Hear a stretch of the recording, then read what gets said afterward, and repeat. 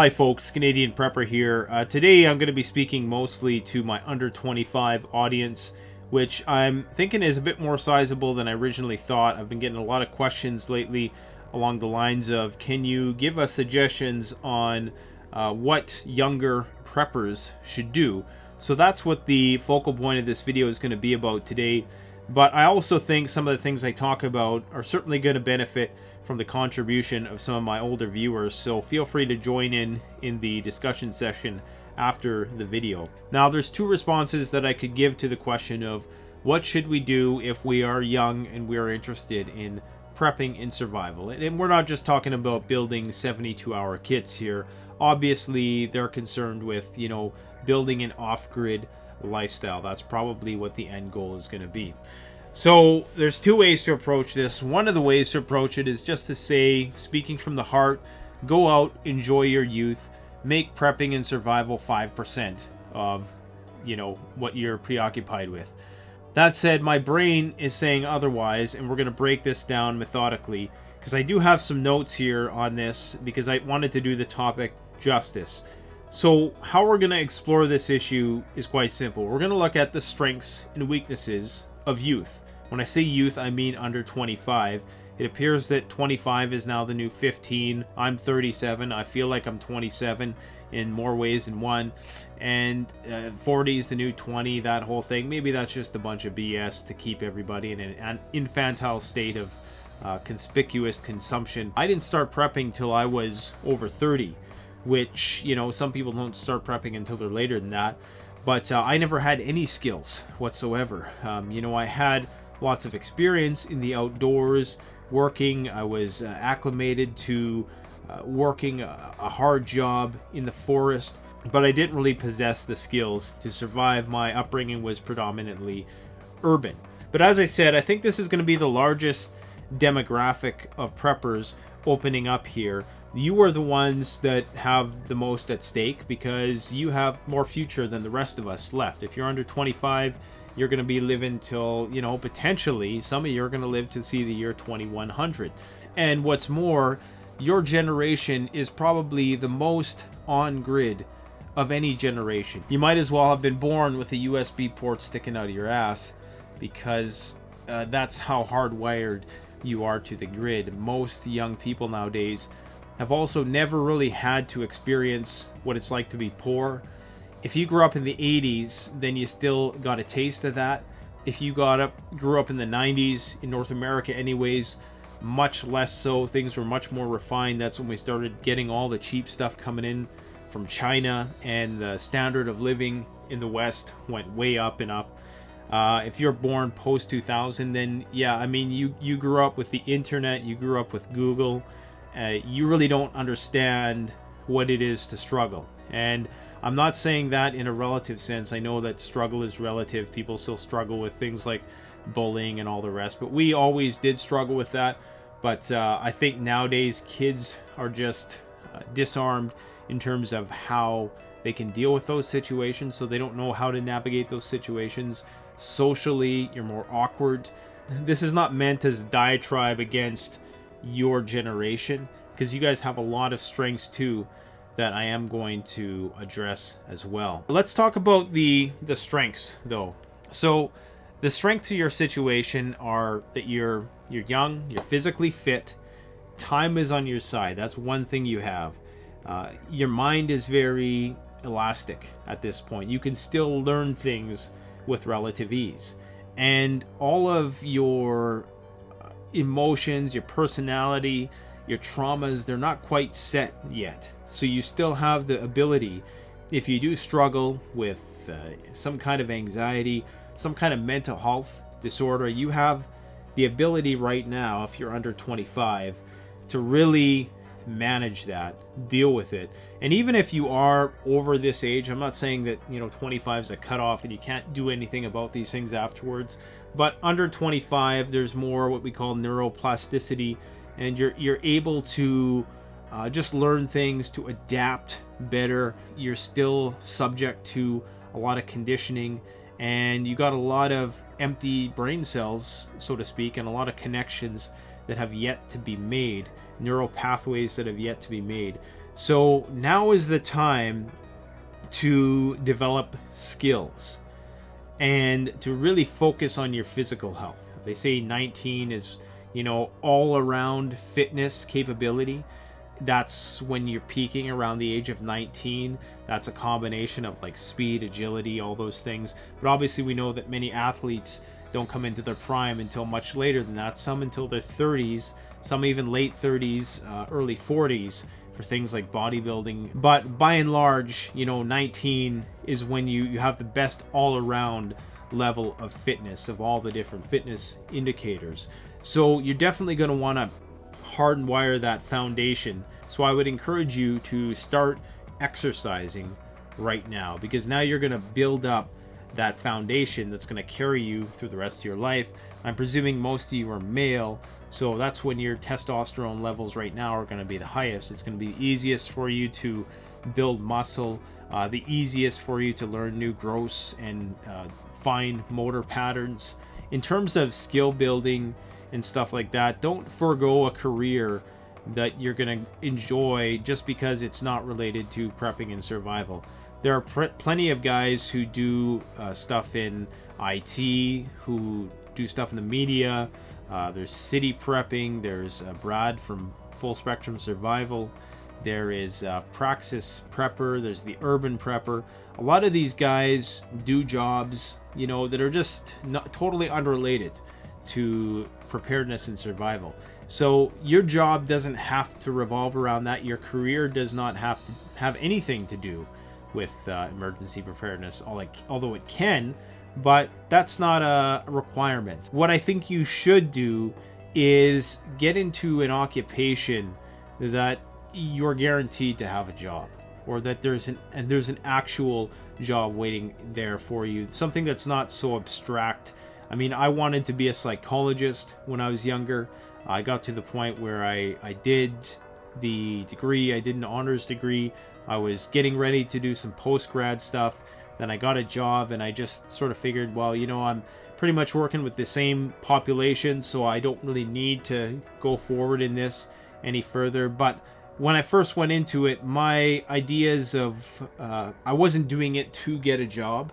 I was doing it because I was interested in the mind, and I was interested in doing research and stuff like that. And I'm not saying if you are interested in research, you shouldn't go into it. Not only is it a very stressful line of work, no matter which field you're researching in, whether it's computer science, biology, anything where you're writing papers for these academic journals, it's not a fun lifestyle.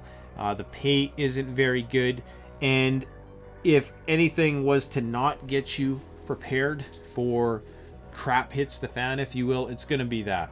So if you could get some kind of trade, I'm not saying don't pursue higher learning, don't become a biologist, a chemist, because there's jobs for those things, but just make sure you have some tangible game plan laid out for the future, because your greatest strength right now is your capacity, your potential to make money in the future, and money is going to put you in a better position to do things like buying land and just give you more opportunities to prep in ways which you otherwise are not going to be able to do on a tight budget. Now, there's a lot of guys who are living in the backwoods and they don't have a job, and but that's not how most people want to live.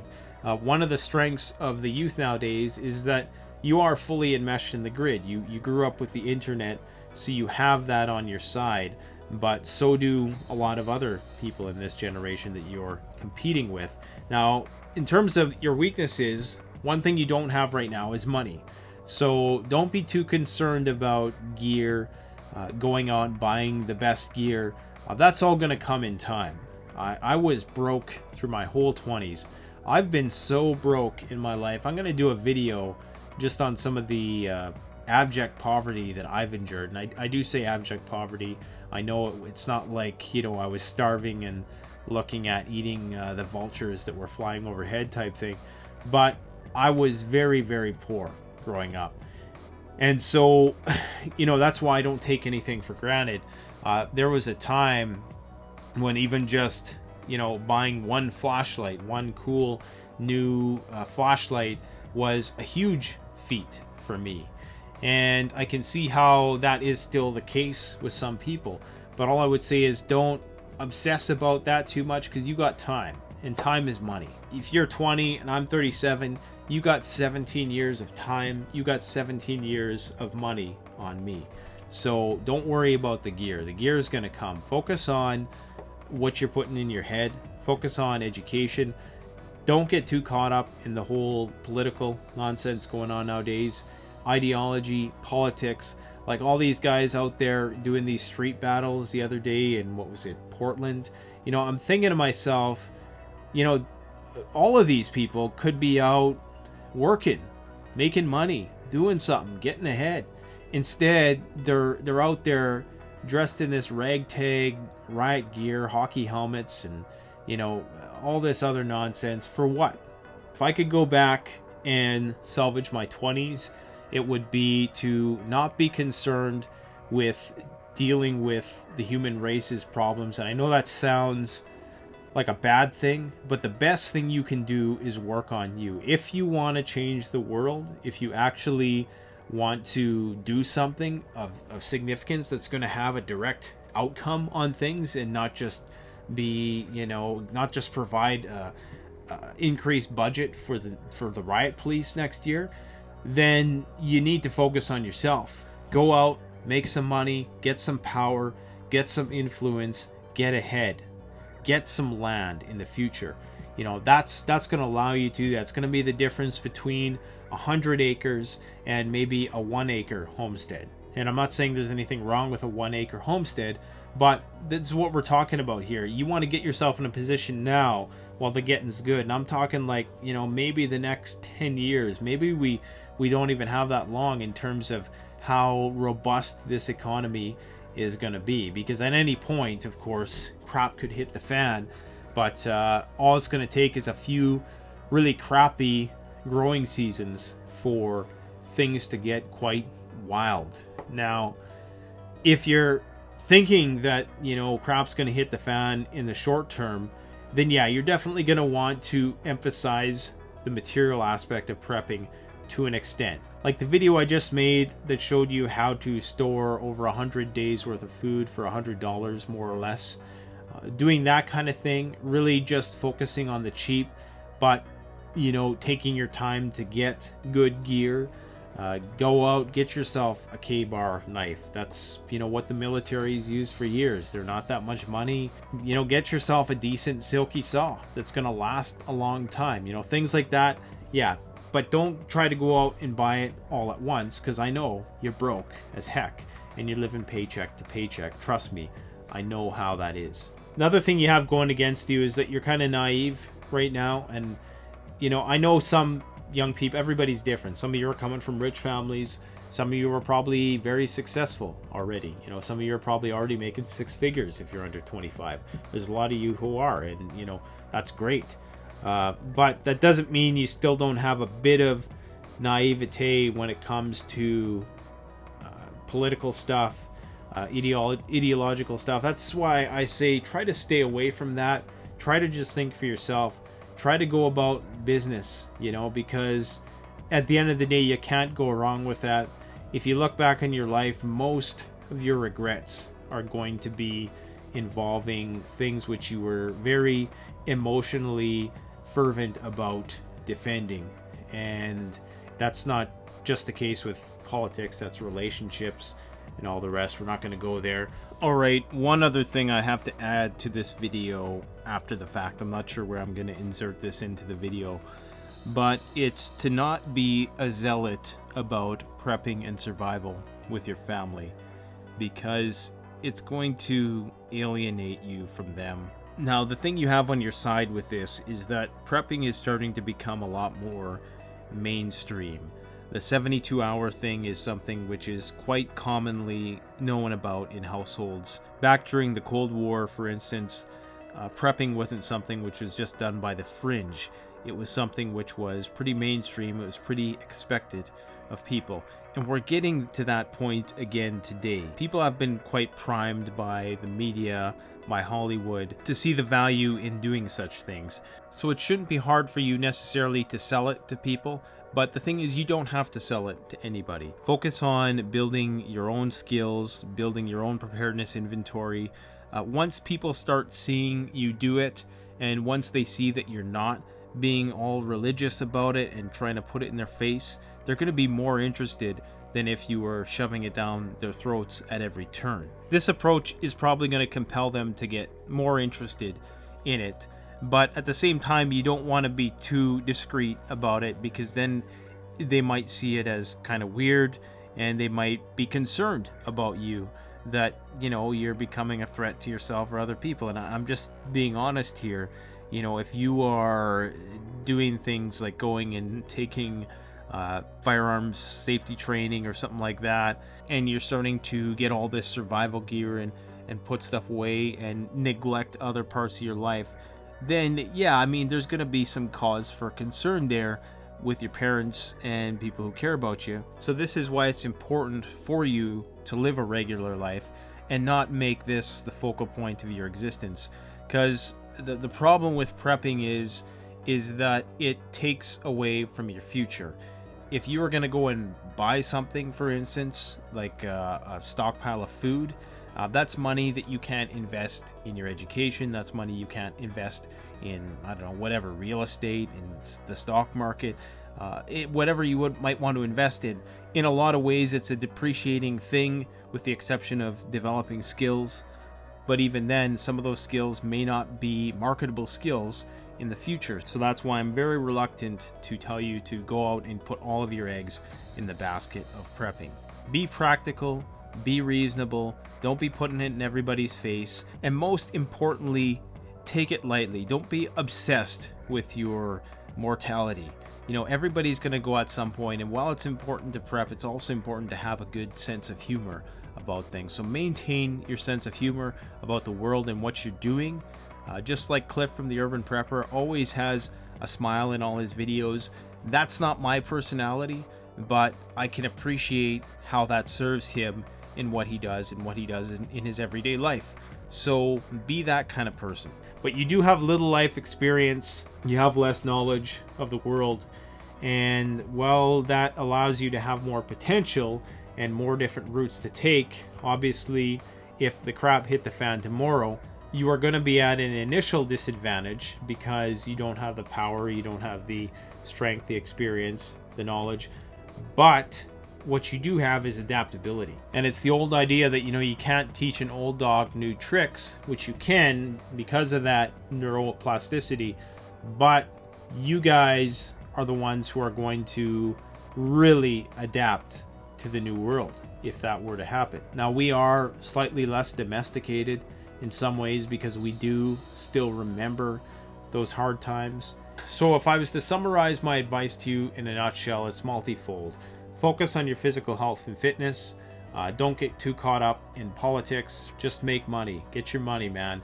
Get your power. Get your influence. Start applying some of that adaptable brain of yours to learning skills that are going to benefit you in preparedness.